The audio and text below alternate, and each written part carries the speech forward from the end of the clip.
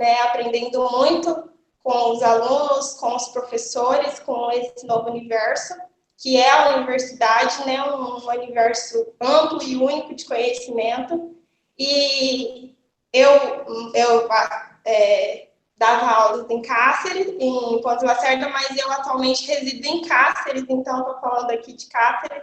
E externar minha gratidão ao Fernando pelo convite, por poder participar desse curso, né, num momento tão complicado socialmente, em que nós temos tantos desafios aí, e que a educação, principalmente, está passando, né? Então, esse espaço é muito importante e eu fico muito agradecida por poder vir conversar, né? Fazer essa troca com vocês aqui sobre esse tema que é tão importante.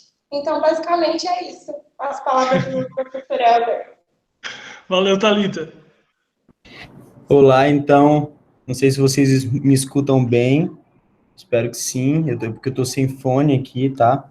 Estou escutando. Meu nome é Carlos Helder Carvalho Furtado Mendes, eu sou maranhense, estudo processo penal há uns 6 anos, especificamente. Tive a oportunidade de conhecer o Fernando Vec, e desde já eu agradeço demais a ele pelo convite de vir aqui conversar com vocês. Conheci o Fernando na minha turma de mestrado, e hoje nós somos alunos do doutorado, do programa de doutorado da PUC do Rio Grande do Sul em Ciências Criminais.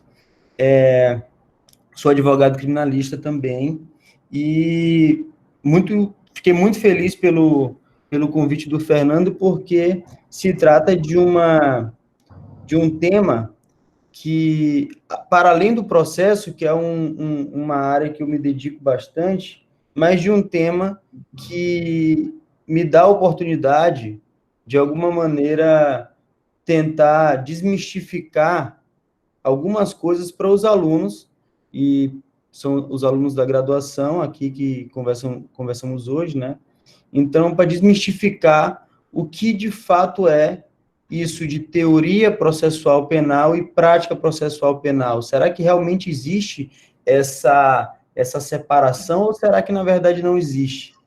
Então, eu fiquei pensando nisso, e, evidentemente, que algumas coisas que nós aprendemos na prática da lida diária, pós graduação, não acontecem como o que de fato deveria acontecer no livro e vice-versa, né?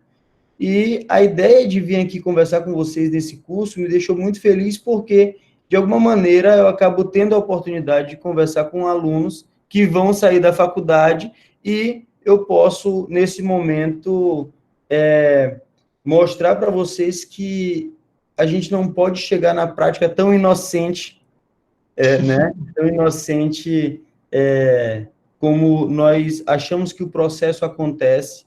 Então, é importante demarcar essas circunstâncias, né?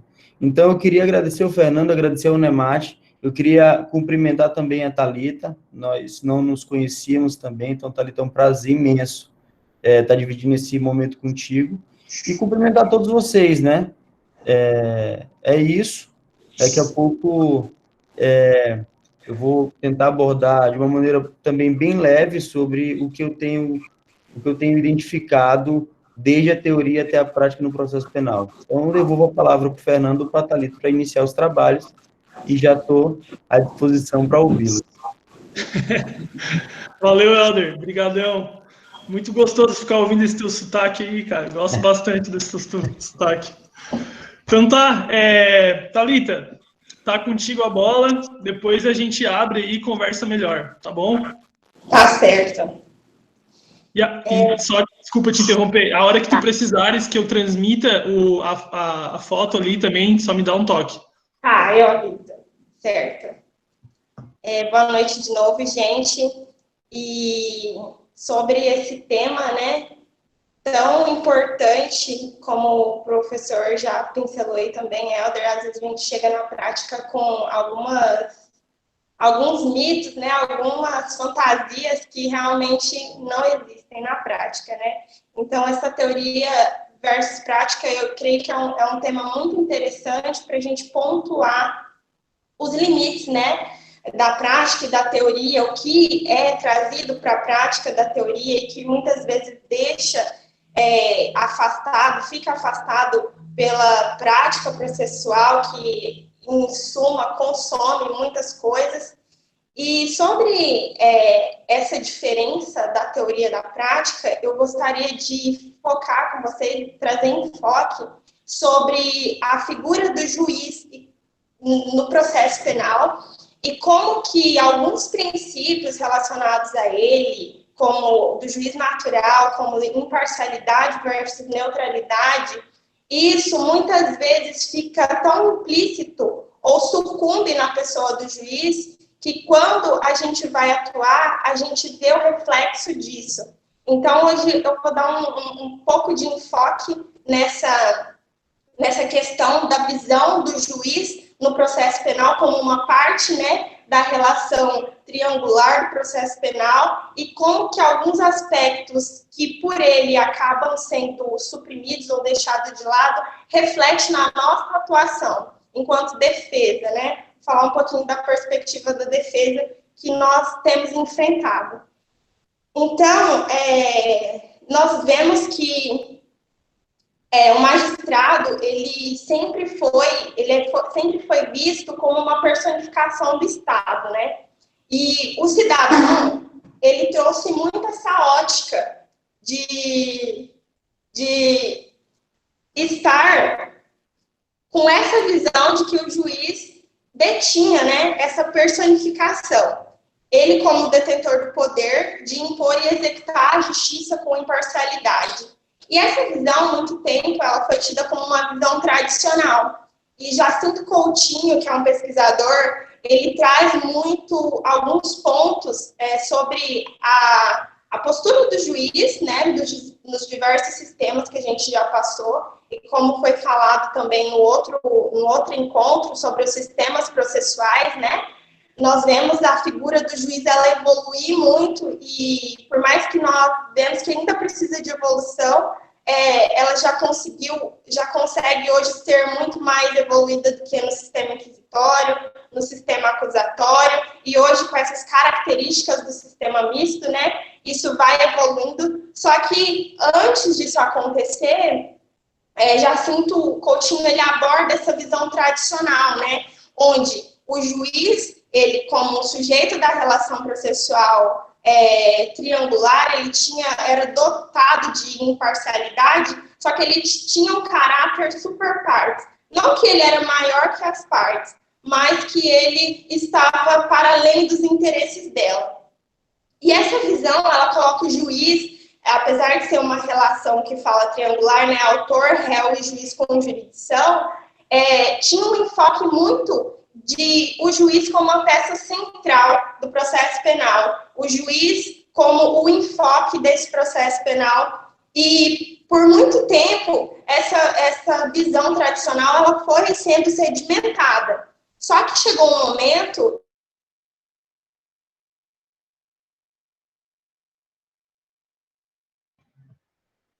Thalita? Acho que deu uma travadinha aí, né? Deu uma travadinha aí, né? Queres que eu... Eu acho que ela voltou. Deixa eu ver. Voltou? Thalita? Ou não, né? Thalita. Tá. Enquanto ela não volta, tu queres tocar a bola, Helder? Claro. Tá. O que eu não quero me intrometer na fala da Thalita, óbvio. Então, eu espero que quando ela voltar, nós consigamos dar continuidade no que ela estava falando, ela que era um... Voltou? Voltou. Ótimo. Caiu. Sim. Tudo bem.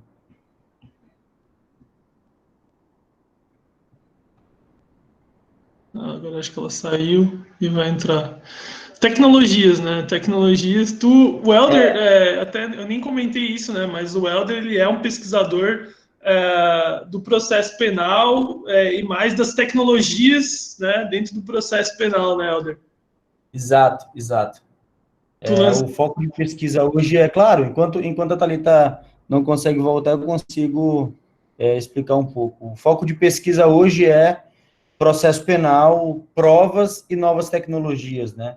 Então, o que, no final das contas, vocês vão ver também que, inevitavelmente, esses temas, eles estão ligados num eixo central do processo. A prova, especificamente penal, ela é o ponto central do processo. E o que a Thalita estava falando antes sobre essa... Eu não sei se ela já voltou, mas já Acho que ainda não. Vou tentar também, para não ficar esse vácuo, vou tentar também falar algumas coisas. A Thalita estava falando sobre sistemas processuais, né?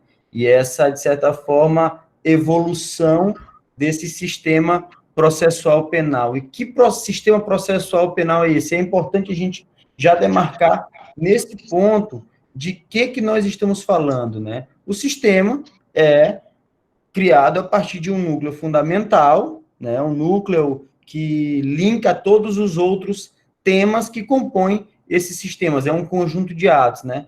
O sistema e a essência do sistema processual penal, vocês vão ver nas aulas de processo, que esses sistemas processuais penais, eles têm um núcleo fundante que a doutrina brasileira não só a brasileira, mas a italiana também, a doutrina em geral do processo penal, pautado na civil law, de um sistema romano-germânico, vai identificar a gestão da prova, né, como o núcleo fundamental do sistema processual penal.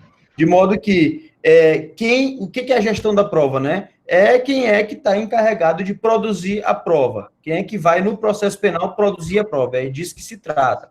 Então, num sistema acusatório, em tese, essas seriam as partes, né? Existem 3 sujeitos processuais, o juiz e as 2 partes, acusação e defesa. Então, no sistema acusatório, a ideia é que as partes, elas consigam produzir a prova.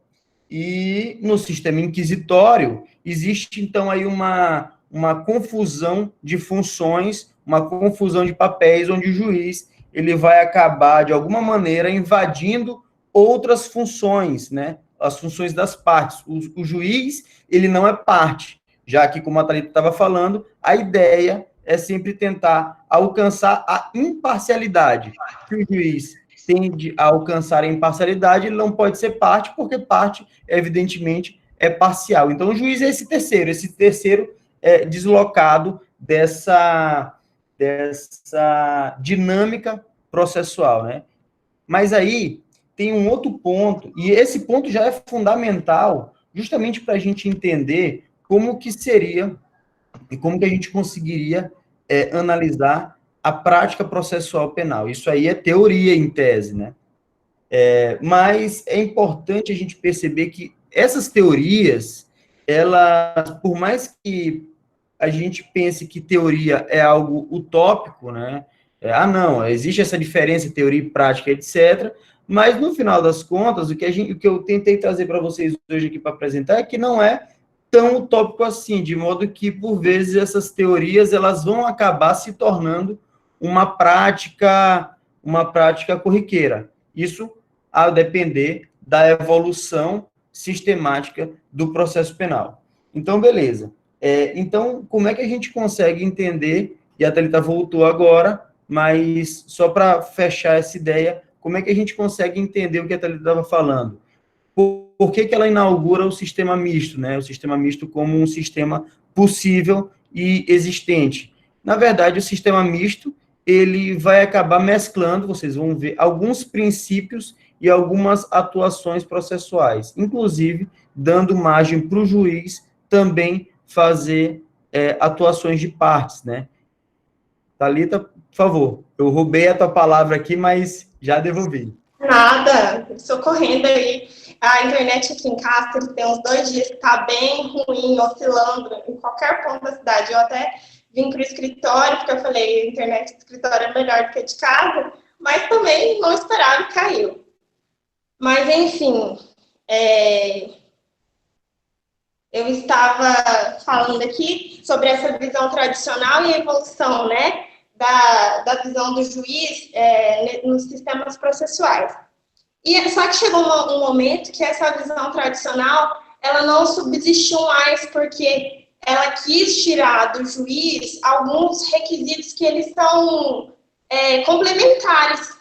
E eles começaram a subdividir de forma que iam afastar a imparcialidade ou o princípio do juiz natural. Então, por isso, Nossa, estou acelerada agora, peraí. Por isso, essa teoria ela ficou inconcebível. E aí, trazendo esse contraponto dessa figura tão prevalente do juiz nesses sistemas processuais anteriores, Jacinto ele fala que isso é refletido até nas questões referenciais semânticas, como o juiz é chamado como órgão estatal desinteressado, visto como imparcial e neutro, e isso dá uma visão real da efetividade, né, do papel do juiz. E se a gente tirar todas essas condições, a gente poderia, né, dizer se haveria uma perfeição na figura do juiz, né? Se nós viéssemos com essa visão tradicional, né, de que o juiz ele é imparcial, ele é neutro, ele sempre está somente a par do que acontece no processo, nós alcançaríamos no juiz uma perfeição. E Jacinto ele questiona isso, ele fala que nós precisamos fazer uma releitura do juiz no processo penal a partir desses pontos, porque o juiz ele tem valores que ele carrega consigo enquanto ser, enquanto pessoa pensante, digamos assim, né? Enquanto ser pensante. Então, muitas vezes as pessoas elas usam neutralidade e imparcialidade no processo penal com relação ao juiz como sinônimos. Mas essas duas condições, elas não se equiparam ou são coexistentes.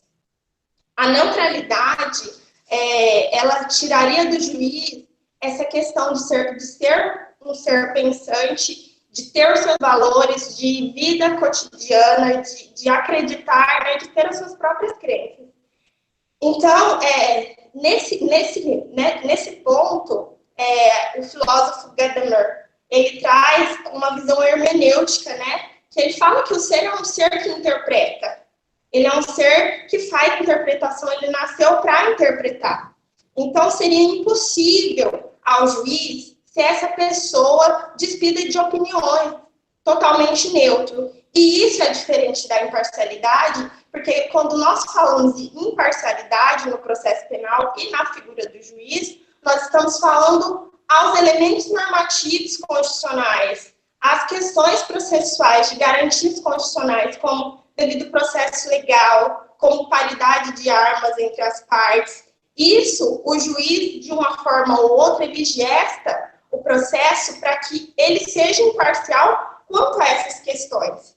Então, Zaffaroni, ele também fala que se a gente trouxesse o juiz como essa figura de neutralidade que é posta, o juiz ele teria um aspecto de apatia, de irracionalismo, o que não é virtude para ninguém e muito menos para uma pessoa que exerce jurisdição, né? Um poder tão sublime, né? Que tem também os juízes, reconhecendo, né, essa nobreza de profissão. Então, nesse contexto, a gente vê essa evolução da perspectiva do juiz, né?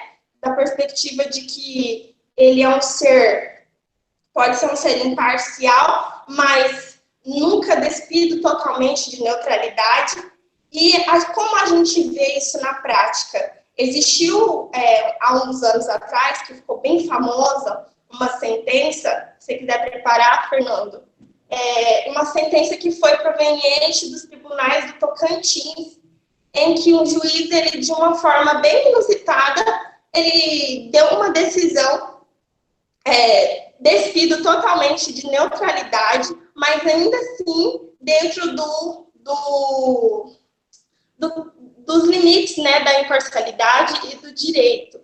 E a decisão, ela está colocada aí, eu vou ler para vocês, só para vocês terem uma noção sobre como o juiz aqui está carregado de uma questão de valores, de uma questão de entendimento, de visão de vida, e mesmo assim ele conseguiu observar o direito. Então, decisão proferida pelo juiz Rafael Gonçalves de Paula, nos autos 124, da terceira vara criminal da comarca de Palmas.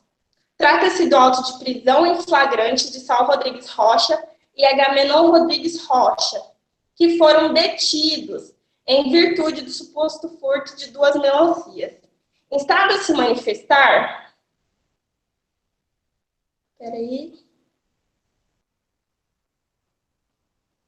Instado a se manifestar, o senhor promotor de justiça opinou pela manutenção dos indiciados na prisão e para conceder a liberdade aos indiciados, eu poderia invocar inúmeros fundamentos, os ensinamentos de Jesus Cristo, Buda e Gandhi, o direito natural, o princípio da insignificância ou bagatela, o princípio da intervenção mínima, os princípios chamados de direito alternativo, o furto famélico, a injustiça da prisão de um lavrador e de um auxiliar serviços gerais, em contraposição à liberdade de engravatados que sonegam milhões de cofres públicos. O registro diz colocar os indiciados na Universidade do Crime, que é o Sistema Penitenciário Nacional.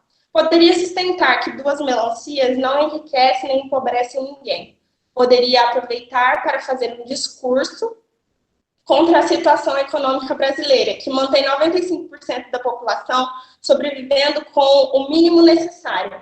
Poderia brandir minha ira contra os neoliberais, o consenso de Washington, a cartilha demagógica de esquerda, a utopia do socialismo, a colonização europeia. Poderia dizer que George Bush joga milhões de dólares em bombas na cabeça dos iraquianos, enquanto bilhões de seres humanos passam fome pela terra. E aí, cadê a justiça nesse mundo? Poderia mesmo admitir minha mediocridade por não saber argumentar diante de tamanha obviedade.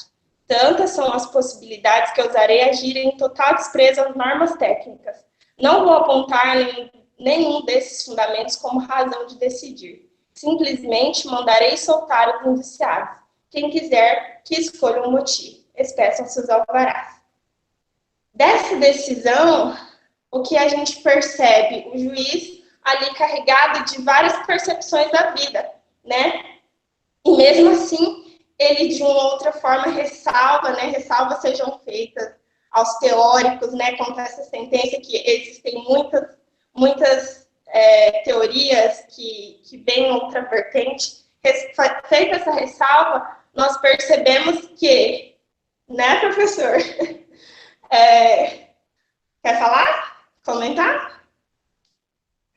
Percebemos que... Eu já tinha visto essa sentença aí, é chocante, né? Chocante. Então, né, quando a gente traz ela para esse cenário dessa neutralidade, nós vemos como o juiz estava ali imbuído de não ser neutro, mas como ele também, sem fundamentar, fundamentou, né, esse alvará de soltura para essas pessoas. Então, aí a gente vê a questão dessa neutralidade que não poderia acontecer. Em contrapartida, quando nós falamos de imparcialidade, nós falamos sobre o juiz estar ali a título de fiscalização, né? Como eu disse, sobre ter paridade de partes, sobre o devido processo legal. E uma questão também que a gente traz para essa questão da imparcialidade e reflete na prática é a questão da fundamentação das decisões, né? Que ali também é o momento dele se mostrar imparcial ou não. E, na prática, não raramente, nós vemos decisões tão sintéticas, tão poucas, em poucas linhas, em 3 linhas ou 4, renegando ou afastando uma teoria que você construiu uma tese que você montou, baseada na doutrina, com fundamento jurídico adequado, que é aceitável, você vai, faz todo esse esforço, né, teórico, você aponta certo, de uma forma coerente, essa dogmática jurídica, e o juiz simplesmente com fundamentos abstratos, né, interesse coletivo, bem comum, ele em 3 linhas vem e afasta ali a sua tese. Talvez não seja aplicável, talvez, mas ele poderia fazer de forma fundamentada isso, e na prática é o que a gente vem encontrando, é isso, que não e ponto. E isso, eu creio que decorre também da necessidade urgente que a prática requer, né? A gente fala que existe um tempo para a defesa, um tempo para a acusação, um tempo para o juiz, mas o que nós vemos hoje no cenário do processo penal, e é uma coisa que até o professor Evini Stallone fala, é que se busca muito uma prática de processo penal de resultados imediatos. Então, em nome da celeridade, em nome do caminhar rápido do processo, algumas coisas, algumas fundamentações, o olhar teórico que a gente traz para o processo ou tenta trazer, ele acaba sendo suprimido e afastado. E aí que está a perspectiva de o juiz ser parcial ou não nessas questões.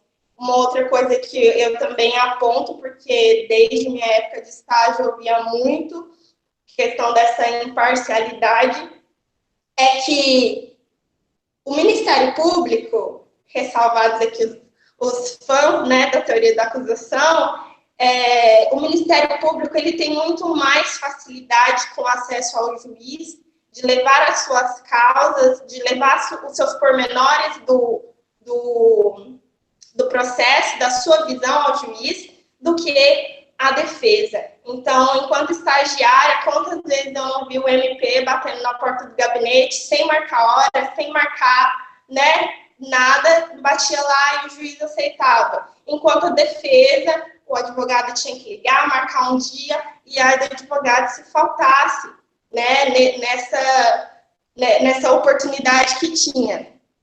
Então, o que eu gostaria de trazer para vocês, dessa perspectiva, é isso, que existe sim a teoria na prática, mas o que existe muito, como fala também o professor Evini, uma vez mais, é que a prática ela afasta a teoria, ela repele, de modo que quase que fica impossível você trabalhar de uma forma mais teórica, impossível, assim, conseguindo resultados positivos.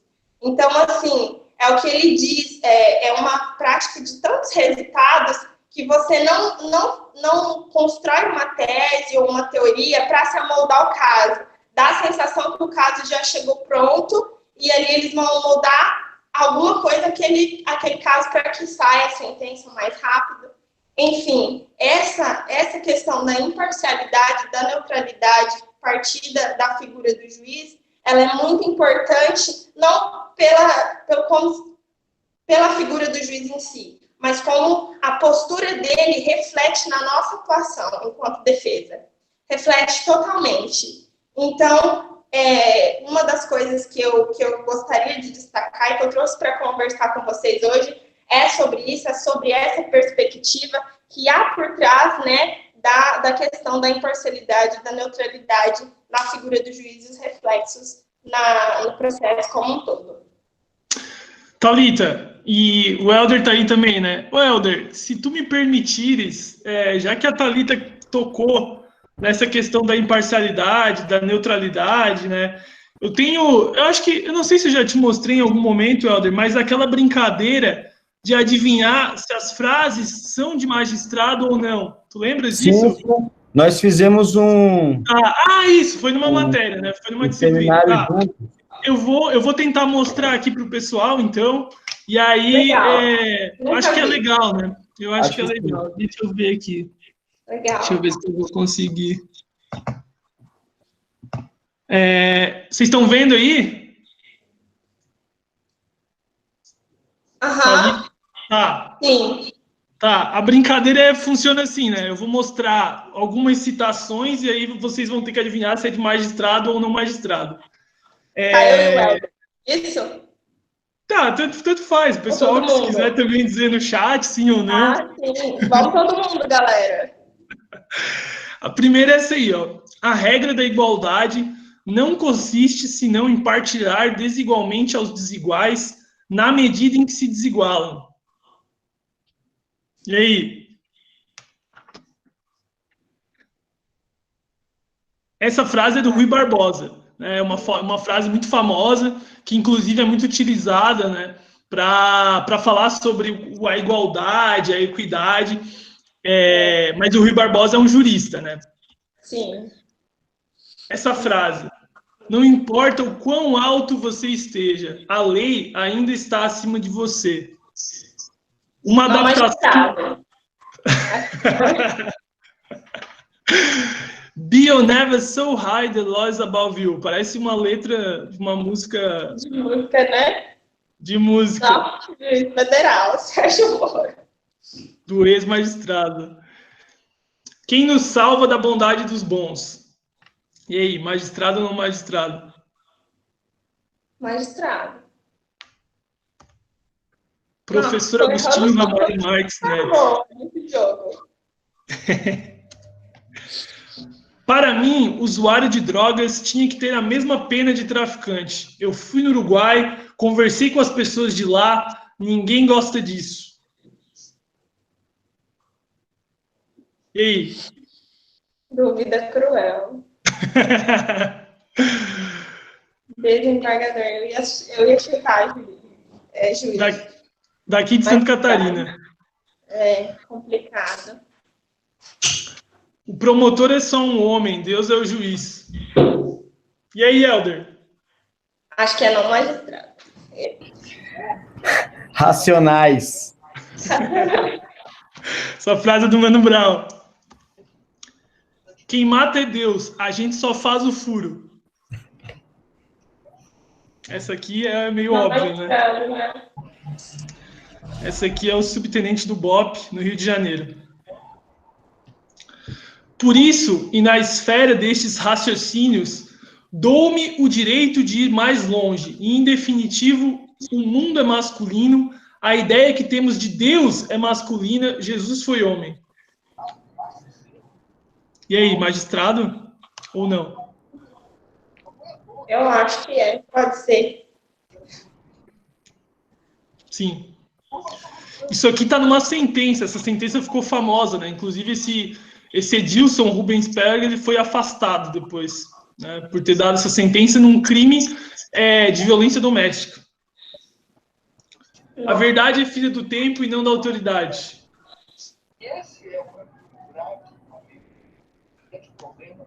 Essa é do Galileu Galilei, mas quem cita ela é o ex-presidente Fernando Collor num discurso no YouTube.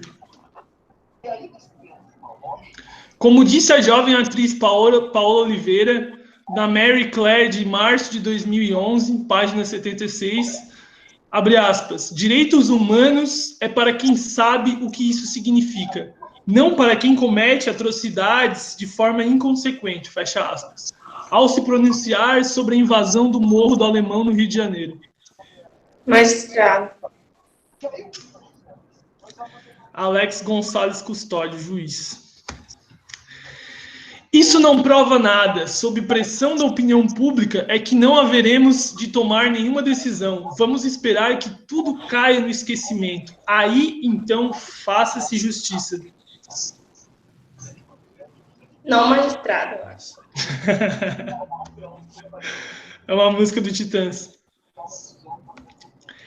Registra-se que a presente condenação não traz a este julgador qualquer satisfação pessoal. Pelo contrário.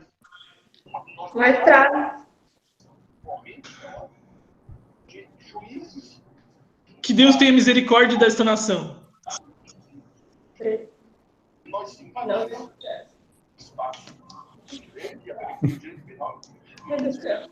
Eduardo Cunha, reeducando. Registra-se que o tráfico de drogas destrói vidas, arruína famílias, devasta o ser humano, causa mortes, homicídios e até suicídios. Portanto, não se pode ter uma postura condescendente com aquele que promove a venda do mal. Magistrado. Essa juíza é daqui de Criciúma, né? Cidade aqui do lado de onde eu tô. E é isso. Eu apresentei esse jogo aqui para os estudantes de uma disciplina que a gente fez, né? Para justamente mostrar isso, né? Mostrar a questão da imparcialidade, da neutralidade, de como muitos magistrados se comportam no nosso país, né? Com a fundamentação da Mary Claire, né? Por exemplo. Olha a fundamentação do magistrado, né? Mas, enfim, desculpa, Helder. Tá com a palavra agora e depois a gente conversa melhor. Obrigado, vocês me escutam bem, né? Novamente, né? Sim. Tá. Então, como eu estava falando, e foi muito interessante escutar o que a Thalita trouxe para a gente, justamente porque as falas vão acabar se complementando muito bem. A Thalita falou sobre essa perspectiva de que não existe como o juiz se despir do seu subjetivismo, né, e tentar alcançar uma neutralidade. Isso evidentemente que não existe. A neutralidade, ela é um mito, né, é um mito, é uma categoria mitológica, como para utilizar o Rubens Casara, então é impossível de se alcançar. Mas a imparcialidade é possível, a imparcialidade é possível de ser alcançada, justamente porque no processo penal vai existir uma série de institutos processuais penais que vão fazer com que seja possível se alcançar uma imparcialidade do julgador, né? E essa imparcialidade sendo, portanto, um princípio, digamos assim, que demarca uma posição do sujeito processual, que é o julgador. Então, tem que ser demarcado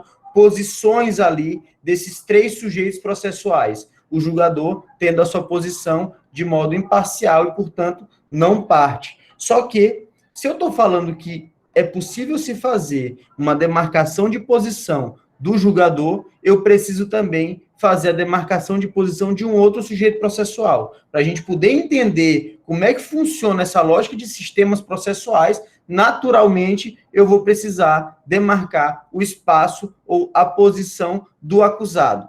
E lembrando, vocês estudaram processo civil, certo? E no processo penal também, embora a gente não possa fazer essa vinculação desses dois ramos do direito, processo penal e processo civil, são coisas completamente distintas, mas no processo penal existe um procedimento de conhecimento, ou seja, é um procedimento durante os trâmites processuais, onde se vai tentar alcançar a cognição do sujeito julgador.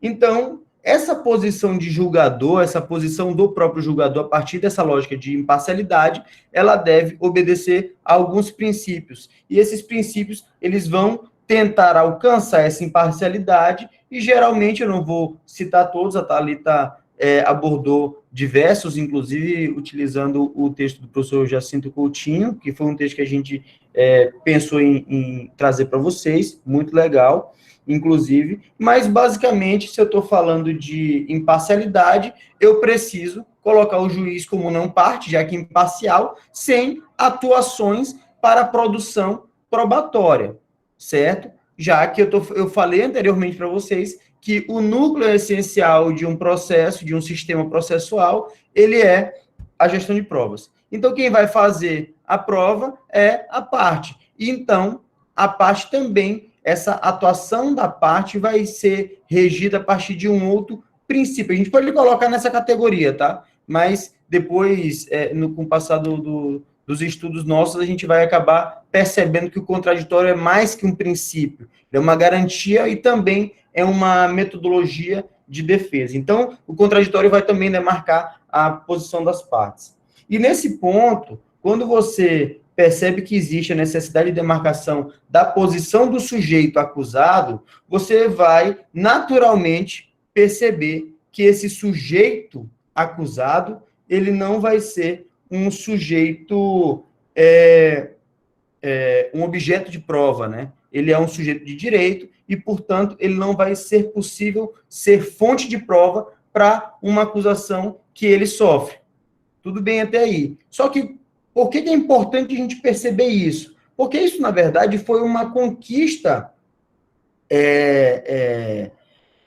histórica, desde da antiguidade, passando pela Idade Média, chegando à modernidade e chegando hoje. Existe uma evolução histórica onde coloca o sujeito como um sujeito de direito. Basta a gente imaginar que na época da Idade Média existiam aplicações coercitivas de tentar alcançar ali algumas falas, algumas confissões, né, a partir de tortura, etc. Mas será que isso mudou? Bem, para isso mudar lá atrás, houve uma série de argumentações, desde escolas penais, tentando limitar o poder punitivo, e escolas processuais também, na medida de fazer com que se limitasse esse poder punitivo face a um sujeito, ao sujeito de direito. E isso tudo está vinculado justamente a um princípio que eu posso pegar, sei lá, todos esses manuais que estão aqui atrás, que vocês estudam aí com os professores de processo, vocês vão ver que diversos manuais vão trazer um princípio que é tido como um princípio do processo penal, que é o princípio da busca da verdade, né? E é importante fazer esse detalhamento. Eu vou chegar lá na frente sobre prática, estou falando de uma evolução, né? Então, existe aí essa ideia de busca da verdade. Se cair na OAB, vocês vão marcar que o princípio da busca da verdade é um princípio processual. Mas a verdade por detrás dessa busca da verdade é que não é bem assim. Porque, no final das contas, essa busca da verdade vai acabar permitindo com que o Estado invada a esfera do sujeito para alcançar essa tida verdade, ou seja, a verdade também como categoria mitológica que acaba não sendo possível de ser alcançada na sua totalidade, mas, ainda assim, existe essa discussão sobre a possibilidade de alcançar a verdade real, como o colega colocou agora há pouco, essa verdade absoluta, ou ainda essa tida verdade processual. Isso é um problema. E esse tema foi um tema enfrentado pelo Francesco Carnelucci em um texto muito interessante chamado Verdade, Dúvida e Certeza. Esse texto dá para achar na internet, mas caso vocês não achem, o Fernando pode disponibilizar depois. É um texto de 4 páginas. Eu já li esse texto infinitas vezes, porque sempre que a gente lê, você consegue achar alguma coisa diversa, que é muito interessante. E o Carnelucci, ele vai chegar logo no início do texto, dizendo que não há a possibilidade de se alcançar uma verdade, justamente porque o Carnelucci vai dizer que a verdade está no todo, né? A verdade é o todo, e o todo é demais para nós, porque a gente só consegue ter acesso a conhecimentos parciais, partes. Então, Carnelucci desiste dessa ideia de alcançar essa verdade e vai falar que o que acontece no processo penal é a tentativa de alcançar uma certeza. E o juiz, então, seria o sujeito que teria que alcançar essa certeza. Só que, quando eu coloco, e o Carnelucci vai reconhecer isso, né? Quando eu coloco o lugar da certeza, o Carnelucci ele vai dizer o seguinte: a certeza, quando eu comecei a estudar isso, esses conceitos e tal, eu confundi um pouco esse conceito de Cernere, né, que ele achava que para ele seria o ver, só que essa tradução seria mais para o escolher. E o ver, nesse sentido, o Carnelucci vai dizer, então, que a certeza seria uma espécie de percepção do sujeito para aquilo que acontece. Eu tenho certeza que estou participando com vocês desse encontro. Mas a Thalita não tem a certeza que eu tenho essa certeza. É meio uma percepção do próprio sujeito, né? Mas tudo bem, Carnelucci vai dizer, então, que essa certeza seria uma certeza para o escolher. Só que o Carnelucci vai dizer também outra coisa.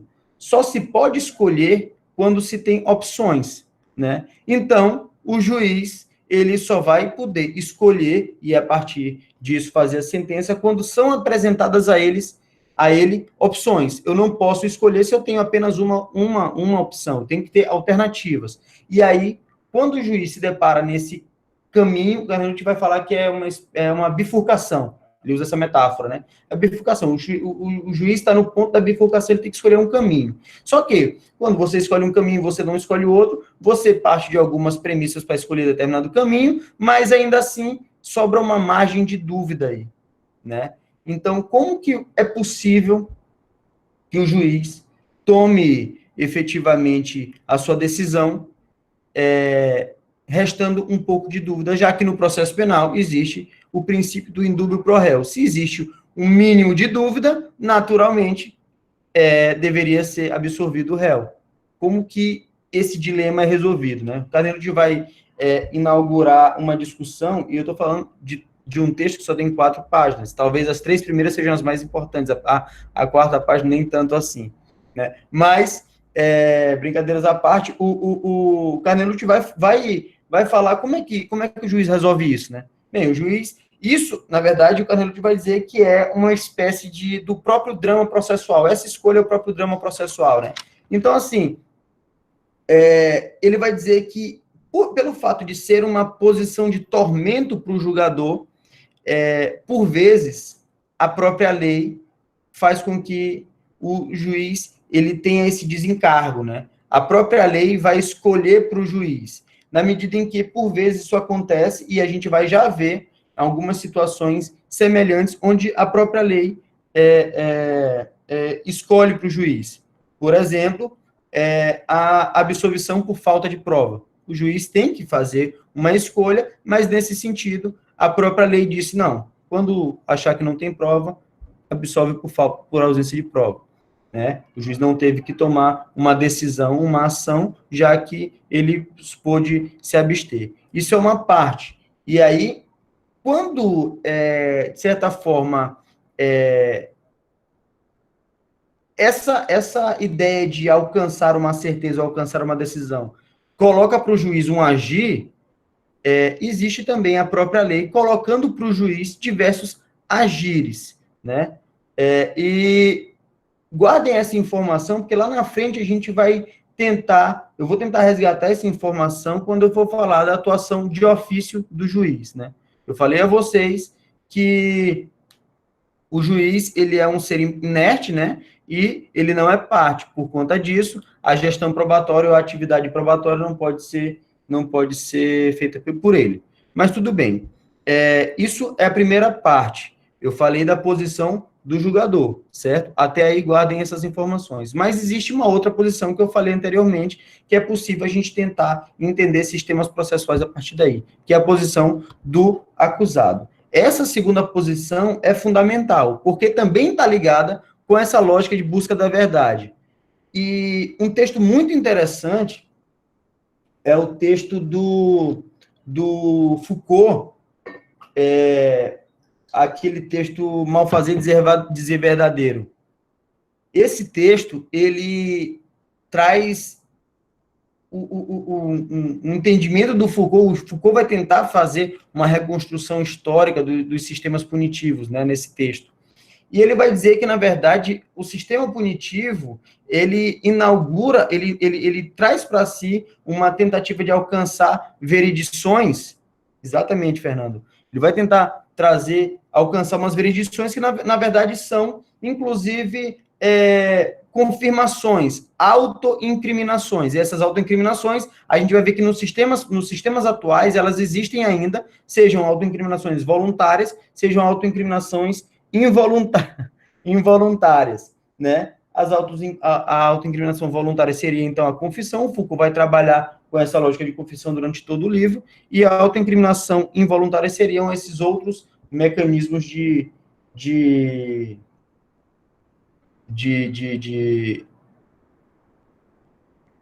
arrancar, digamos assim, a verdade do sujeito, né?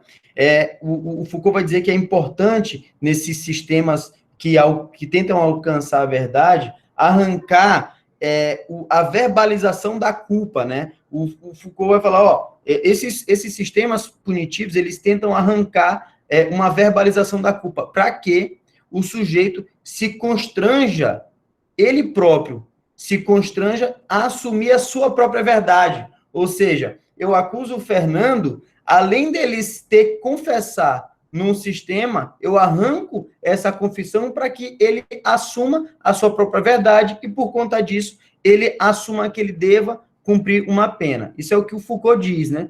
Isso é muito interessante porque casa justamente com o que o próprio Carnelucci fala. O Carnelucci vai falar que existe um drama processual, que é uma situação de tormento, onde o juiz ele não consegue se livrar desse drama, se não a partir de uma escolha, mas ainda assim dá uma margem de dúvida, e o Foucault vai falar que essa autoincriminação involuntária vai fazer com que se tire do juiz essa posição aí de dúvida, de incômodo, de tormento, né? Porque se existe uma autoincriminação involuntária ou voluntária, o sujeito se autoincriminando, ele vai naturalmente ficar mais cômodo, o juiz vai ficar mais cômodo de dar uma condenação. Por óbvio, porque não, isso aí em que pese no Código de Processo Penal diga que não exista tão somente a possibilidade de se condenar alguém a partir da confissão. Mas daqui a pouco, como eu falei para vocês, existem autoincriminações involuntárias, né? Então, o que o Foucault vai falar? Vai falar que essa autoincriminação arrancada do sujeito, ela serve para restaurar a soberania de quem julga, possibilita essa lógica de quem julga conseguir alcançar esse conhecimento aí sem a dúvida, né? E, da mesma maneira, como eu falei para vocês, o sujeito, ele vai aceitar essa punição imposta. A gente vai ver isso desde tortura, e isso vai evoluindo do medievo para cá, a gente vai conseguir identificar, por exemplo, outros mecanismos atuais de arrancar confissões, em que pese, ainda assim, possíveis alcançar confissões, não, perdão, porque a confissão é algo voluntário, mas alcançar autoincriminações. A gente vai ver, por exemplo, a criação de diversos métodos ocultos de investigação, como a interceptação telefônica, né? E como é que é utilizado isso? Isso na prática. Estou falando de uma teoria, mas como é que a prática, ela escancara essa autoincriminação? Você é interceptado, você tem os áudios degravados, e esses áudios vão direto para o processo como se prova fosse. Entendeu? A própria doutrina, por vezes, vai legitimar, de certa forma, essa utilização, né? Tem doutrina processual penal brasileira que vai falar que essa interceptação telefônica na verdade, uma prova cautelar, porque a interceptação telefônica é uma medida cautelar. Não vou entrar nesses conceitos, Fernanda, talvez a gente pode até falar isso depois, porque é dogmático, é meio chato. Eu quero mesmo conversar com vocês mais sobre um panorama geral, né? E hoje vai ser, além desses métodos ocultos de investigação, como interceptação telefônica, nos sistemas digitais existem métodos ocultos de investigação. Eu pesquisei no mestrado sobre isso, e atualmente também desenvolvo pesquisa sobre novas tecnologias, como o Fernando disse. Mas também há uma inauguração fantástica de outros mecanismos de arrancar essa autoincriminação, né? Que seriam aí o que a gente tem visto de Lava Jato para cá, seriam esses mecanismos consensuais, seriam essas colaborações premiadas, uma espécie de justiça penal negocial.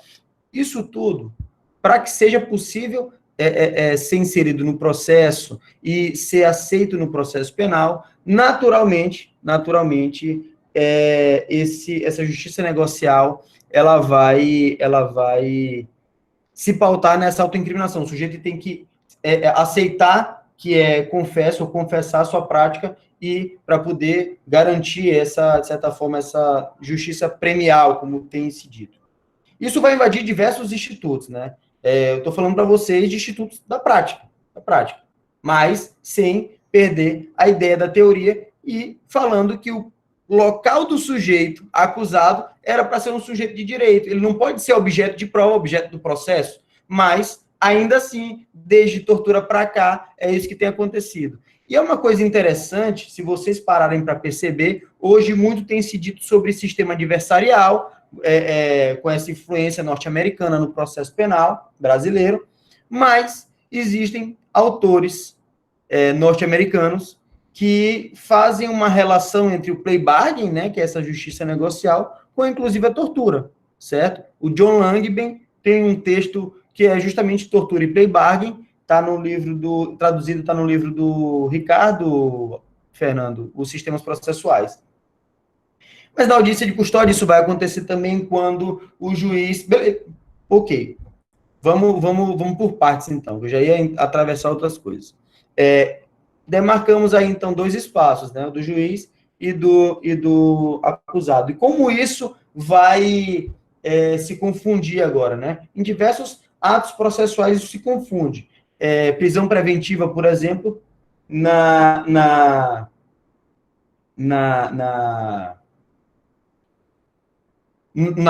reforma agora do pacote anticrime, a prisão preventiva ela acabou sendo revogada um artigo do Código de Processo, onde autorizava, por exemplo, o juiz a decretar uma prisão de ofício, né?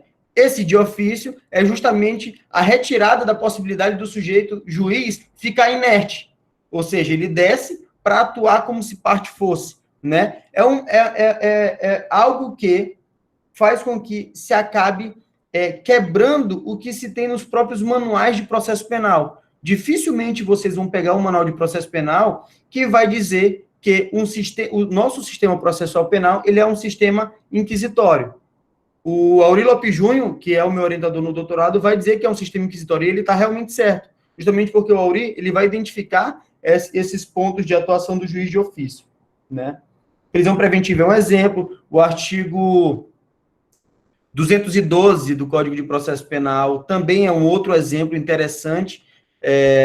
Vocês podem colocar, por exemplo, o artigo 212, ele vai trazer, na verdade, um procedimento de inquirição testemunhal, né? Onde ele vai falar uma ordem de atuações das partes e coloca o juiz, na verdade, como um terceiro que vai fazer perguntas remanescentes ali, para tirar qualquer dúvida. Por vezes, isso na prática, e eu digo a vocês como advogado, por vezes, na prática, vocês vão se deparar, naturalmente, com juízes presidindo a audiência logo de imediato, fazendo perguntas para as testemunhas, fazendo perguntas para o réu, e você vai ficar se perguntando, será que isso é possível? Mais uma vez, é um juiz com uma mentalidade de um sistema inquisitório, onde ele acredita que o sujeito, juiz, pode atuar na gestão probatória, na instrução ou na produção dessas provas, né? Isso na jurisprudência, inclusive, vocês vão perceber que diversos julgados no STJ, no STF, por exemplo, vão falar que essa irregularidade, digamos assim, não é tão grave assim, já que não foi, por vezes, demonstrado sequer qualquer prejuízo para o réu nessa atuação. Ora, basta a gente entender que prejuízo é não ter um juiz imparcial, né? Nesse caso, quando o juiz atua para a produção da prova, naturalmente, ele já fez uma criação de uma hipótese e está tentando confirmar aquela hipótese. Ou seja, ele já se distanciou da imparcialidade. Não sei se eu estou me fazendo entender, mas o Franco Cordeiro, ele vai dizer que isso se trata de um quadro mental paranoico, né? Que é justamente essa ideia de colocar a hipótese sobre os fatos de verdade, a hipótese que o juiz traz. Isso acontece também, por exemplo, atuações de ofício no júri, na criação de hipóteses propriamente, ou modificações de tipificação legal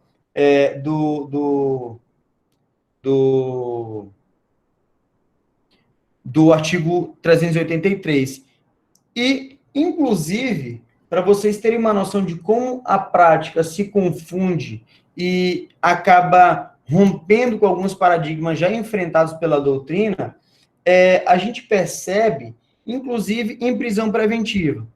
O que se tem hoje de reforma após o pacote anticrime que não foi possível avançar nessa questão? O artigo 312, por exemplo, o artigo 312 vai falar justamente sobre essas possibilidades da prisão preventiva para garantir a ordem pública, para garantir a ordem econômica, para conveniência da destruição criminal, para aplicação da lei penal, né? Mas ele vai falar que existe aí essa possibilidade, eu estou falando do artigo já reformado a partir do pacote anticrime, né? Que existe já essa necessidade de se prender caso exista um perigo do status de liberdade do sujeito, né? Você vai ver, por exemplo, que esse artigo, ele está, de certa maneira, tentando atender um requisito eminentemente cautelar do processo penal, da medida de prisão, mas na massiva jurisprudência, vocês vão identificar que a prisão preventiva, ela é utilizada sem esse fundamento cautelar, numa espécie de tentativa de prevenção de crimes, numa espécie de tentativa de evitar uma reiteração delitiva. Essa é a argumentação utilizada por juízes, né? Evitar uma reiteração delitiva. Ora, se eu estou falando de evitar uma reiteração delitiva em uma prisão preventiva, que é a prisão provisória, que é a prisão processual durante o processo, eu estou falando que o juiz, está falando que eu tenho uma ideia de que você cometeu tal crime, eu já rompi a presunção de inocência nesse momento, e eu tenho a minha desconfiança de que você vai cometer o crime de novo, porque vai reiterar, por isso você precisa ficar preso. Ou seja, existe uma espécie de mudança da própria presunção de inocência. Aí, a posição do acusado em relação a essa lógica, ela vai ser rompida. Vai existir, então, em vez da presunção de inocência, uma presunção de culpabilidade. Isso fica claro na prática processual, por exemplo, quando você vê ainda juízes pedindo a inclusão dos antecedentes criminais do sujeito no processo penal. Ora, veja, é possível utilizar esses antecedentes criminais no processo penal? Não. É um processo de conhecimento. Isso vai fazer com que se rompa essa lógica de presunção de inocência. Só vai ser possível se utilizar antecedentes criminais, possivelmente após, se é que seja possível, após as alegações finais, já que, em tese, antecedentes criminais serviriam, então, para balizar a aplicação ou a determinação de uma pena. Eu acho que eu já me prolonguei um pouco na minha fala. Basicamente, são esses os pontos que eu queria levantar para o nosso início de debate. Eu não sei até que horas vai, Fernando, mas vamos tocando, tá bem? Não, que isso, Helder, tá tranquilo, cara, tá tranquilo. Eu até, tem muita gente que são das fases iniciais do curso, né, e então, assimilando ainda os institutos do processo penal, né, de qualquer forma, eu acho que foi bem elucidativo, né, deu para entender bem a ideia, né, principalmente aí, desse papel do magistrado, enfim, né, de como se dá, como tá acontecendo essa prática do processo penal, né. A Thalita tá por aí também, Thalita? Tá, né? Tá. Teve uma pergunta, tá? Então, acho que a gente pode passar para as perguntas e para o debate aqui. Eu já provoco vocês, né? Façam perguntas, escrevam ali no chat para a gente conversar e tudo mais, né? Eu já vi que a Narayana, ela colocou uma pergunta, né? Deixa eu ver aqui, eu anotei. Ela perguntou assim, os professores, vocês poderiam falar depois sobre os impactos no distanciamento físico entre o réu e o juiz nas audiências por videoconferência? Aí, não sei se Thalita ou Helder quer responder essa questão. Se o Helder quiser responder, pode responder, professor. Tá mutado, Helder. Eu não consegui escutar direito. A pergunta? Ela perguntou assim, se a gente poderia falar sobre os impactos no distanciamento físico entre o réu e o juiz nas audiências por videoconferência. Perfeito, perfeito.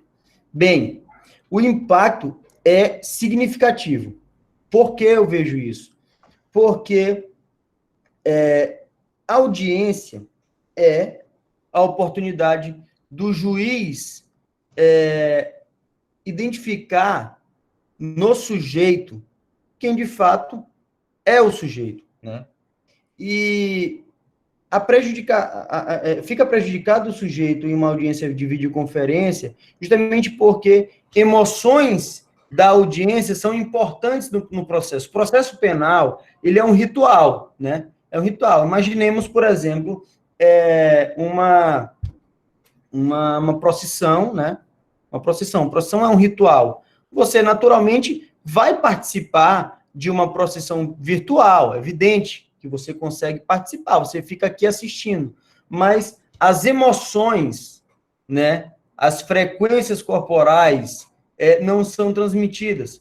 Isso fica prejudicado justamente porque o réu, nesse momento, ele não consegue, de fato, se distanciar da figura do agente do delito, né, pro juiz. O importante é entender que, no processo penal, se tratam de pessoas ali que devem ser enxergados como tais, e não como criminosos que devem ser afastados, etc., etc., já que, como eu falei no início, eu estou falando de processo de conhecimento. E quando eu falo processo de conhecimento, eu falo de um processo que o juiz não tem certeza de nada, né? O juiz, ele está, durante o processo, conhecendo o processo. Naturalmente que, no final do processo, ele vai decidir, esse sujeito aqui, ele realmente cometeu ilícito, etc., etc., ou não, entendeu? É importante fazer isso. Além disso, existe aí uma prejudicialidade quanto a ampla defesa contra o contraditório, quanto à própria assistência advogado-réu nessa audiência. Vocês vão perceber como é importante ter esse contato corpo a corpo com o advogado na hora. Você vai ver como é importante você estar com um advogado aqui, você sendo advogado, com um outro advogado acompanhando um caso, seja um parceiro, seja um sócio, para vocês ficarem fazendo um jogo ali de interrupções de pensamento, de interrupções argumentativas para a acusação. Isso tudo é muito importante. Então, em videoconferência, isso tudo fica muito prejudicado. Não sei se respondi. Inclusive, Helder, eu até queria comentar agora, tu falaste das emoções, né? Eu lembrei de um caso que eu acompanhei na Defensoria Pública, de que o réu, ele estava sendo acusado de um crime ambiental, né? Ele estava sendo acusado de um crime ambiental, parece que foi uma violência, enfim, com um animal lá. Parece que ele tinha um cachorro, e aí ele violentou de alguma forma o cachorro. E, enfim, a juíza que estava julgando ele, ela era membro de uma ONG de animais. E aí, né, eu estava vendo a audiência na época, e aí eu lembro dela conversando, né, com o réu e dizendo o seguinte para ele: em que pese esse crime ter uma pena branda, ele é de extrema gravidade para mim. Ela falou isso para o réu, né? Para mostrar justamente como se dão essas emoções, né? De que, de novo, tá dentro dessa questão da imparcialidade e da neutralidade do magistrado. Né? Uma questão... Desculpa. Nada. Uma questão que vocês levantaram sobre essa proximidade, eu acho que justamente a audiência, né, pessoal, e que a videoconferência acaba distanciando, é exatamente se sentir. Você consegue perceber do juiz a posição dele, se ele está mais flexível, se decorrente da audiência ali, do que aconteceu, talvez um pensamento que ele vinha tendo no processo, talvez você percebe que ele talvez mude e surja, né, até alguma possibilidade de algum pedido em audiência. Então, acho que a videoconferência, talvez, ela prejudique as percepções, nesse sentido mesmo que vocês falaram, e a percepção de nós como advogado, de saber, será que eu arrisco um pedido aqui, tipo, no mais do que no vai que cola, né? Mas, assim, não, estou sentindo que talvez caiba que o juiz esteja propício, ou que a partir dessa situação surgiu uma outra questão que ele possa considerar mais. Eu acho que fica prejudicado nesse sentido a videoconferência, de você não conseguir, talvez, perceber o juiz também. E a situação, se houve alguma mudança, de acordo com aquilo que você manifestou em audiência. Acho que é um pouco disso também. Sim, sim. Obrigado, Thalita. A Narayana, obrigado pela pergunta. Eu vi ali que tu perguntou, tu fizeste outra, né? A respeito de se a gente enxerga assimilação de culpa nas possibilidades de prisão preventiva de acordo de não persecução penal. Deixa eu colar aqui. Se a gente enxerga assimilação de culpa nas possibilidades de prisão preventiva e do acordo de não persecução penal.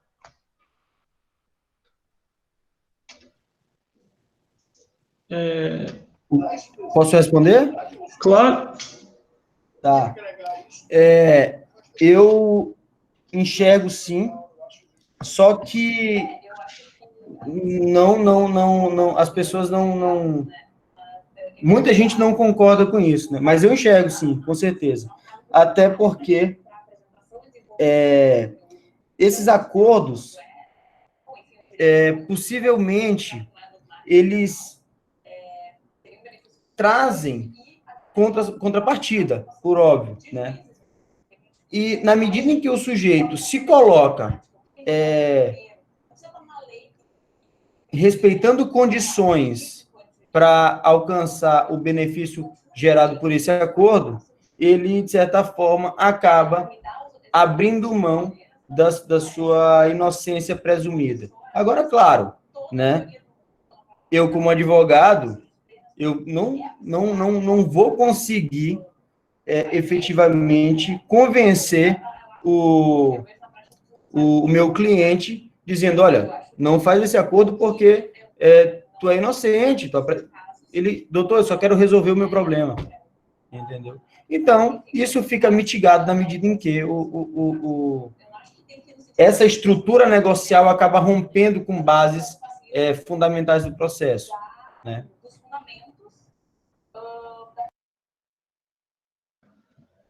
Valeu, Helder. Obrigado. Thalita, queres comentar algo? Não, eu acho que é bem essa perspectiva mesmo do professor, né, que acaba trazendo afastando um pouco a presunção da inocência, né, no processo. E é uma opção do acusado também, né? Pois é. Eu queria até perguntar também, né? Porque, enfim, faz muito tempo que eu não falo com o Helder. Eu queria saber, Helder, na tua pesquisa, assim, o que dá para a gente pensar aí dessas novas tecnologias de investigação? Como é que isso...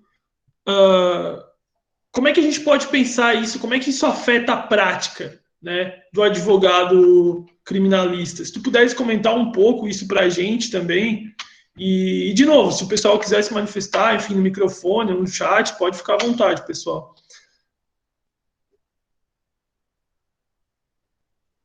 Helder, tá por aí?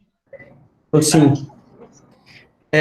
Eu peço só licença rapidinho, só para fechar aqui uma outra reunião e já respondo a tua pergunta. Eu queria só escutar a Thalita também nessa pergunta para dar tempo de eu voltar rapidinho. Tá, tranquilo, termina aí e depois volta. Você pode ser um pouquinho mais claro na pergunta? Você citou a pesquisa dele, eu não sei muito a pergunta. Não, é porque eu fiz por ela porque ele está pesquisando as novas tecnologias em relação ao processo penal, né? Inclusive, isso é uma área que, enfim, eu pesquiso um pouco também, mas não relacionado ao processo penal, né? As novas tecnologias, que é tentar entender, enfim, como é que isso está o Helder está tentando entender como é que isso afeta o processo penal. Né? Eu estou tentando entender como é que isso afeta a punitividade, né? Como é que, enfim, como é que estão se modificando as nossas relações a partir das novas tecnologias, né? E isso, o Helder tinha citado ali, né? A questão de que, por exemplo, numa videoconferência, a gente não consegue sentir as emoções das pessoas, né? Isso é muito claro, né? Isso é muito visível, né? Hoje mesmo eu estava pensando sobre isso, né? Que, beleza, por mais que eu te veja aqui, né, nessa videoconferência, por mais que eu veja o pessoal, né? Isso é extremamente limitador, né? É limitado, é muito limitado, né? Tu não consegue ter a dimensão do espaço, do cheiro, das coisas que estão ao teu redor, inclusive, né, o próprio vídeo, né, a própria, sei lá, qualidade do vídeo, entendeu? Eu não consigo ver algumas expressões, algumas formas de reagir, né, da postura da pessoa, né? E isso, bom, o que isso afeta, né? Isso afeta tudo, afeta praticamente tudo, né? A forma como, por exemplo, a gente se comporta é diferente. Aqui, por exemplo, tá todo mundo com a câmera fechada, né? Um ou outro faz perguntas, mas, de novo, né? As falas das pessoas, né, o desenvolvimento é sempre limitado. Eu quero, inclusive, né, não nesse momento, porque aqui a gente está falando de processo penal, né, mas eu quero um dia fazer um encontro para falar de como essas tecnologias estão afetando, né, essa questão do poder punitivo, né, de a gente nas mídias digitais, principalmente nas redes sociais, a gente clamar cada vez mais, assim, a gente está vendo esse discurso de ódio, esse discurso de punição, né? Enfim, eu estava aqui dando uma viajada, Helder, falando para o pessoal a respeito das novas tecnologias, e aí, enfim, se tu quiser dar um toque aí a respeito disso, da tua pesquisa para nós, seria bem legal, velho. Tá. A minha pesquisa, a passada, né, que foi a do mestrado, a ideia se pautou nessa perspectiva de como essas novas tecnologias têm influenciado o processo penal em uma dinâmica de prova penal. Então, eu analisei, por exemplo, a possibilidade, os limites, os requisitos do Estado investigador se utilizar de vírus de computador, malware, para fins de investigação e para fim de prova. E isso foi uma pesquisa muito, muito importante para mim. Eu julgo ela interessante também, mas, enfim, a opinião do autor não conta muito. Mas é mais interessante, talvez, porque, de alguma maneira, serviu para mim entender como efetivamente as relações, como o Fernando estava apontando agora há pouco, mudaram bastante. E as relações jurídicas, consequentemente, também mudaram muito. De modo que o processo penal, pelo fato dessa lógica de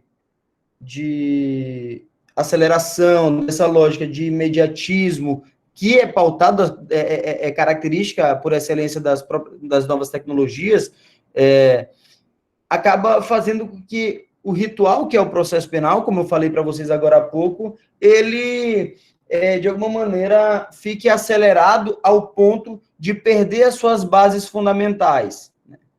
E as novas tecnologias, pelo fato de nos dar muitas comodidades, computadores, celulares, tablets, relógios com marca-pulso, tudo isso não é de graça. Essas novas tecnologias que nos trazem comodidades, também, a partir dessas comodidades, nos aprisionam, né? Aprisionam no sentido de aprisionar informações que dizem respeito ao nosso íntimo, à nossa pessoa, à nossa subjetividade.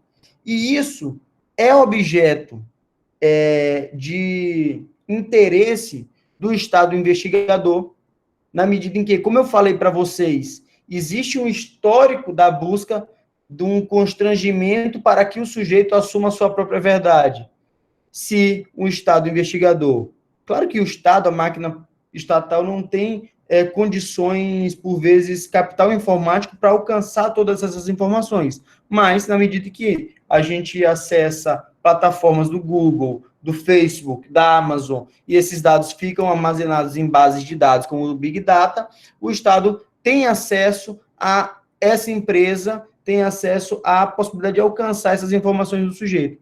Isso acaba fazendo com que o sujeito fique refém de si próprio, refém dessas informações que são geradas. E esse é o meu interesse principal nas novas tecnologias atuais e como elas incidem diretamente no processo penal. Em relação a tudo que o Fernando falou, notadamente, esse processo penal, a partir desse acesso a esses dados, ele fica comprometido porque o próprio dado, ele é tido como uma informação objetiva, é tido como uma informação exata. E, no final das contas, isso acaba colocando para o juiz que vai julgar um caso penal, ou melhor, interferindo cognitivamente no juiz, como se aquele dado, pelo fato de ser tecnológico, ele é exato e, por conta disso, eu posso confiar sem precisar levantar o mínimo de desconfiança.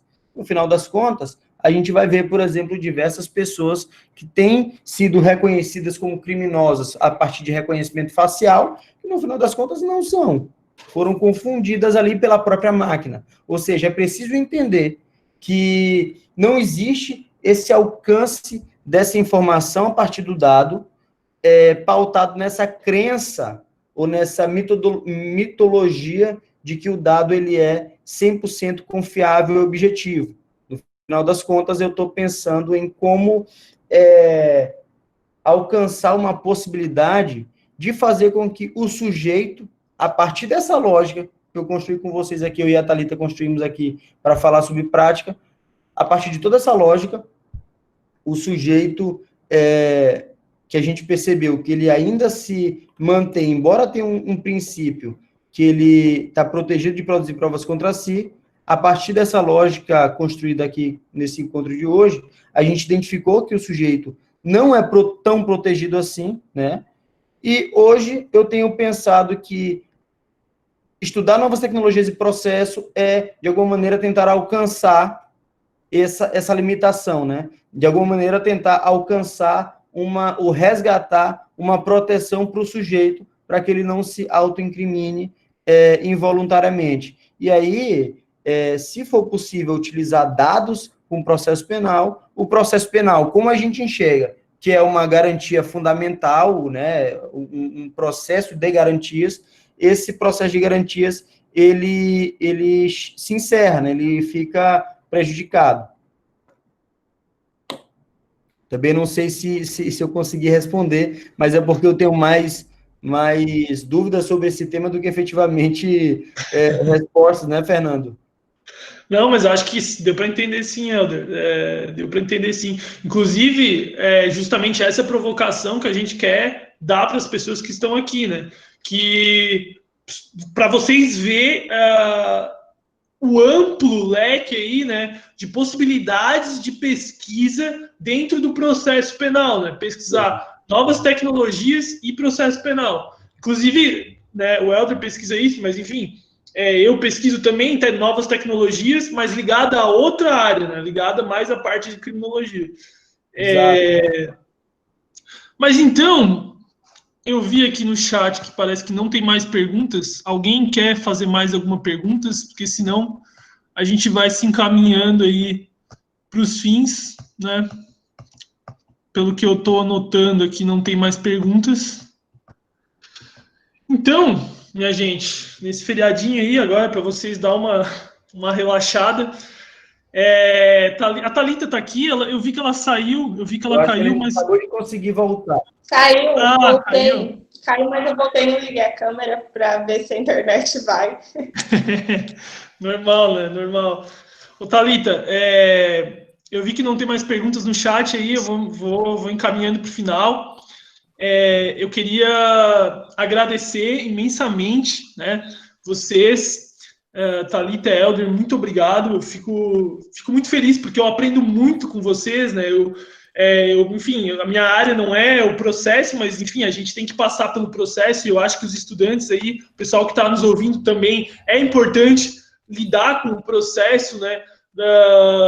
Enfim, como esse para vocês entenderem, né, da dificuldade e principalmente dos desafios que vocês vão ter pela frente se vocês têm interesse aí de atuar na parte criminal, né? Mas isso é de extrema importância para saber como jogar o jogo, digamos, né? Quais são as estratégias, quais são as melhores estratégias para a gente conseguir aí resultados positivos dentro do processo. Então, gente, obrigado.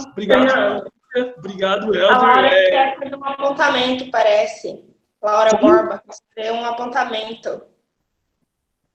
Ah, tem um apontamento? A Laura pediu no chat. Laura, claro, Laura, com certeza. A Laura, né, falou semana passada. Vê se tu consegue liberar teu microfone, Laura, senão eu libero aqui. Tá, então tá, vamos esperar um minutinho. A Laura, ela participou, ela foi a palestrante da semana passada. Se tu quiseres digitar, Laura, então, se não conseguir liberar o microfone, ou entrar pelo celular, quem sabe, se tu estiveres no computador. Mas, de qualquer forma, Helder e Thalita, se vocês quiserem ir se despedindo aí do pessoal, né? E mais uma vez, obrigado, pessoal, que ficou aí até o fim, né? A galera que sempre... eu queria, sério, assim, eu queria agradecer mesmo para a galera que dá feedback, conversa nas redes sociais, no Instagram, que manda e-mail. Isso é muito importante, assim. Eu sempre agradeço muito, porque é isso que nos motiva, né? É isso que dá um gás aí para a gente continuar conversando e fazendo esses eventos, né? Saber o que dá para melhorar, o que não dá, enfim. Laura, acho que agora dá, né? Tá. Ai, tô aqui. Ai, desculpa, gente. É que eu não tô me vendo aqui, mas agora no computador. Tá, desculpa. Achei muito legal. Queria agradecer também a participação do Helder, da Thalita, e, sobretudo, umas coisas que eu anotei, assim, que, inclusive, eu perdi um inicinho, assim, mas sobre a fala da Thalita, quando ela menciona o distanciamento também da prática dos estágios, né? Que eu também, no caso, fui estagiária no foro e no tribunal, e é muito marcante, assim, esse distanciamento da figura do magistrado, seja na posição de juiz, de desembargador, da pessoa do réu, e eu acho interessante pensar também como é muito mais fácil para o juiz olhar com os olhos do promotor do que para a grande maioria dos réus que ele julga, né? Sendo que o juiz e promotor sempre vão ser pessoas de uma classe média, enfim, pessoas que ganham bem e tudo mais. Os réus nos processos penais, pelo menos a grande maioria, né, o grosso, digamos assim, são pessoas que vivem uma realidade completamente diferente e que aquele juiz vai ter muito mais dificuldade para realmente enxergar com os olhos dele, né, aquela situação. E, enfim, é interessante pensar que como a instituição também, né, que a instituição, quando não vai moldar como os atores do processo penal, né, interagem ao longo do tempo, e isso reflete muita coisa que a gente vê hoje, como a instituição do Ministério Público e do Judiciário, eles acabam se desenvolvendo meio que lado a lado, né? E isso até hoje é assim, e não se equipara também à figura da Defensoria Pública, que é muito mais recente, pelo menos, enfim, aqui no Brasil. E os advogados também, eu acho que é muito nítido no momento de audiência, assim, que eu acho que é quando as coisas estão mais evidentes, né? Que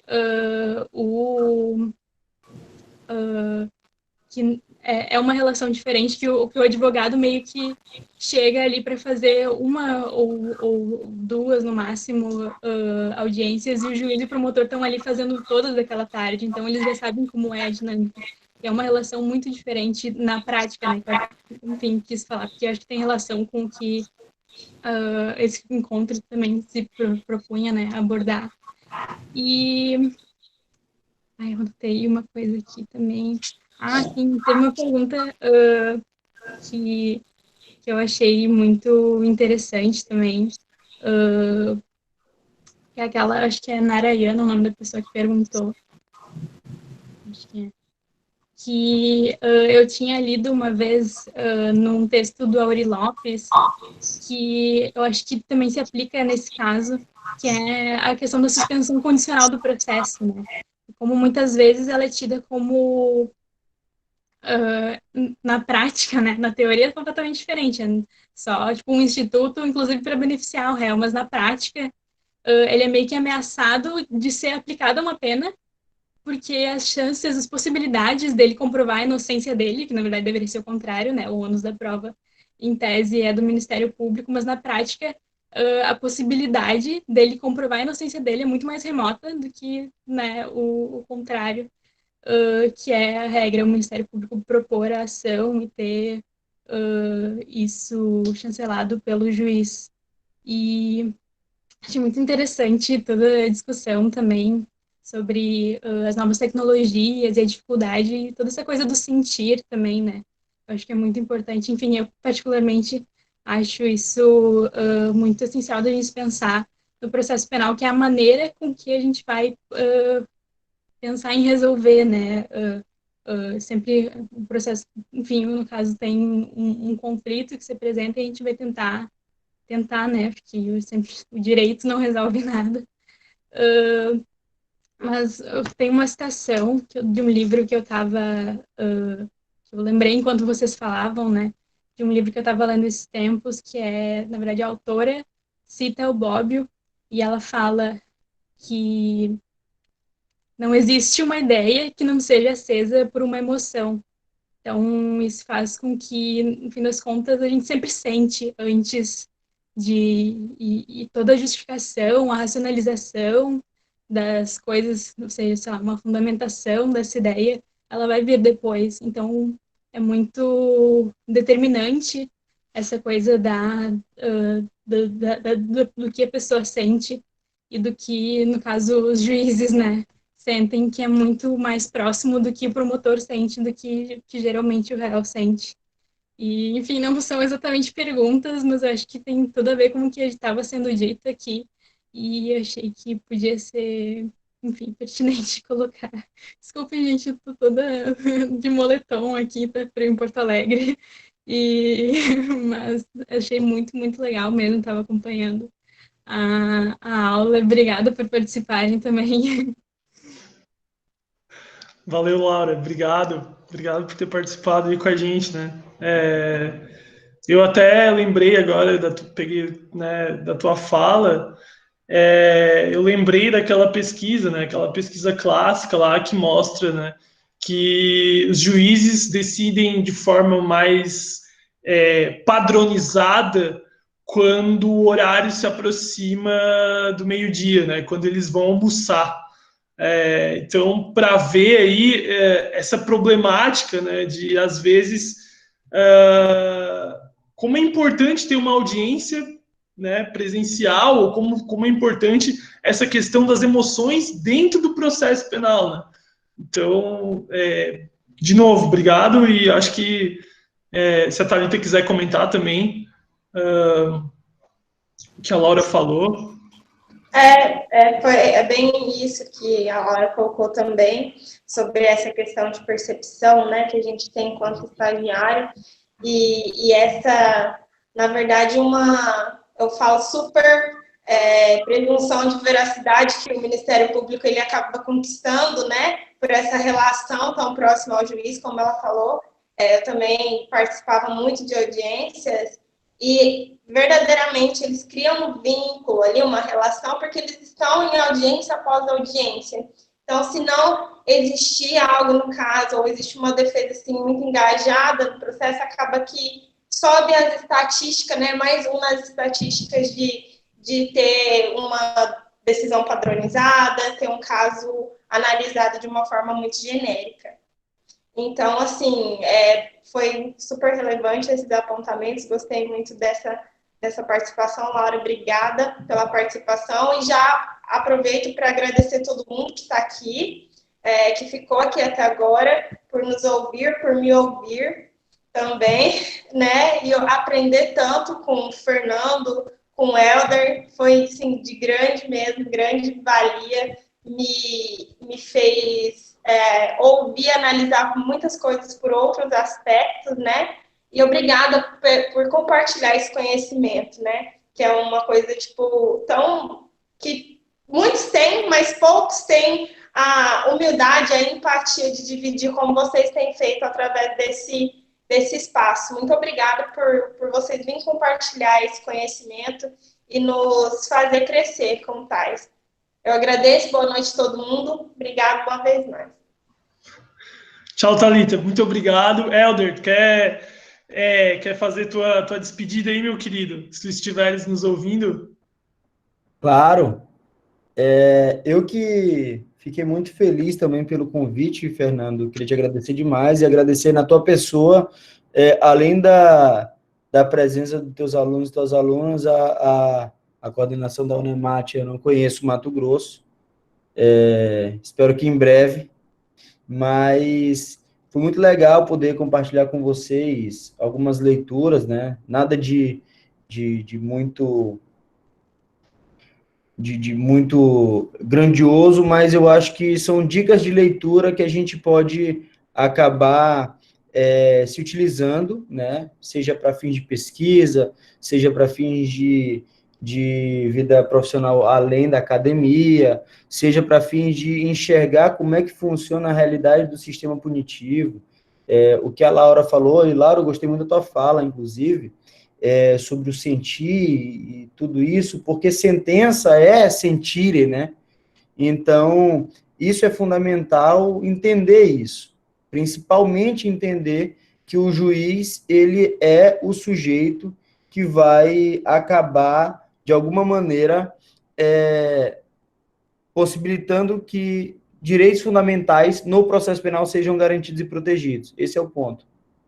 E em relação ao que a Thalita falou, que a Laura também falou sobre essa promiscuidade, digamos nesses termos, das relações de sujeitos de acusação e julgador, tem um livro muito legal, que eu até peguei aqui, eu tenho só essa xerox, é o Bernard Schunemann, não sei se vocês conseguem ver aqui, ele saiu pela Marcial Pons. Esse livro é uma pesquisa que o Schunemann é juiz, ele é um juiz alemão. Esse livro é uma pesquisa que o Schunemann desenvolveu na Alemanha, entrevistando juízes e analisando aí alguns efeitos da dinâmica processual na decisão do juiz, efeito perseverança, efeito primazia, efeito, inclusive, no sentido dessa própria relação que o Ministério Público tem com o Poder Judiciário em algumas situações. E até mesmo porque eles acabam se identificando com uma mesma trajetória, né? Vocês têm que perceber que isso também acaba trazendo simpatia e confiança nas pessoas. Você identificar que aquela pessoa tem a mesma trajetória. Não no sentido de alcançar os mesmos cargos, mas no sentido de ter uma trajetória similar. Eu faço a faculdade, eu me preparo para o concurso, eu faço um concurso X e assumo uma vaga Y para exercer uma função. Isso faz com que as pessoas fiquem mais simpatizantes com as outras e levem isso em consideração, até mesmo porque o concurso no Brasil hoje, ele é como se fosse um atestado de sabedoria, né? Você passou, às vezes, a pessoa não sabe muita coisa, decorou meia dúzia lá de artigos, etc., passou num concurso, mas isso não significa dizer que saiba efetivamente conteúdos e tal, mas ainda assim tem esse atestado. Não, ele é autoridade no assunto, ele é autoridade em tal coisa. Não só pessoas que passaram no concurso. A gente vê, por exemplo, inclusive, professores que ficam com alguma soberba ali aqui. Mas, enfim, isso é uma outra pauta. Mas o que eu queria mesmo deixar no final desse encontro é só minha gratidão pelo convite, pelas trocas de ideias aí com a Thalita, achei bem legal. E agradecer a Laura pela participação, agradecer o Fernando pelo convite. Fernando e eu somos grandes amigos, então eu aproveito esse momento também para dizer que eu estou com muita saudade nessa pandemia, a gente não tem se encontrado, já que ninguém está se encontrando com ninguém, não é mesmo? Mas é isso, pessoal, agradeço demais. Obrigado. Valeu, Helder. Valeu, obrigado, cara. Tu sabes que tu moras no meu coração, né? E, pessoal, é o seguinte, né? Antes de vocês saírem... Aliás, desculpa, eu só queria deixar 2 recados. Um deles é o seguinte, que eu estou disponível para qualquer dúvida que tiverem, qualquer material que quiserem, qualquer troca de ideias que quiserem ter em relação a essas dúvidas de pesquisa, TCC, etc., estou disponível, vocês conseguem meus contatos com o Fernando, conseguem me alcançar nessas redes sociais aí, e dizer e fazer a propaganda de um projeto que eu tenho encabeçado, que é bem parecido com esse, mas que se chama Giro Processual Penal, onde a gente tenta debater temas de processo com autores do Brasil inteiro. Então, o Aurélio Lopes Júnior, o Alexandre Moraes da Rosa, sigam lá no Instagram. É isso. Momento merchan, obrigado pela... Obrigado. Valeu, Helder. Pessoal, então, só para finalizar mesmo, semana que vem a gente vai falar sobre júri, né? Então, eu vou mandar esse vídeo, ele vai estar sendo gravado, né? Eu vou enviar para vocês por e-mail e, inclusive, o convite para a semana que vem que a gente vai falar sobre júri. Então, não percam, e aí eu espero vocês todos lá, tá bom? Valeu, gente. Boa noite aí, bom resto de semana para todos nós e um beijão. É isso. Valeu, galera.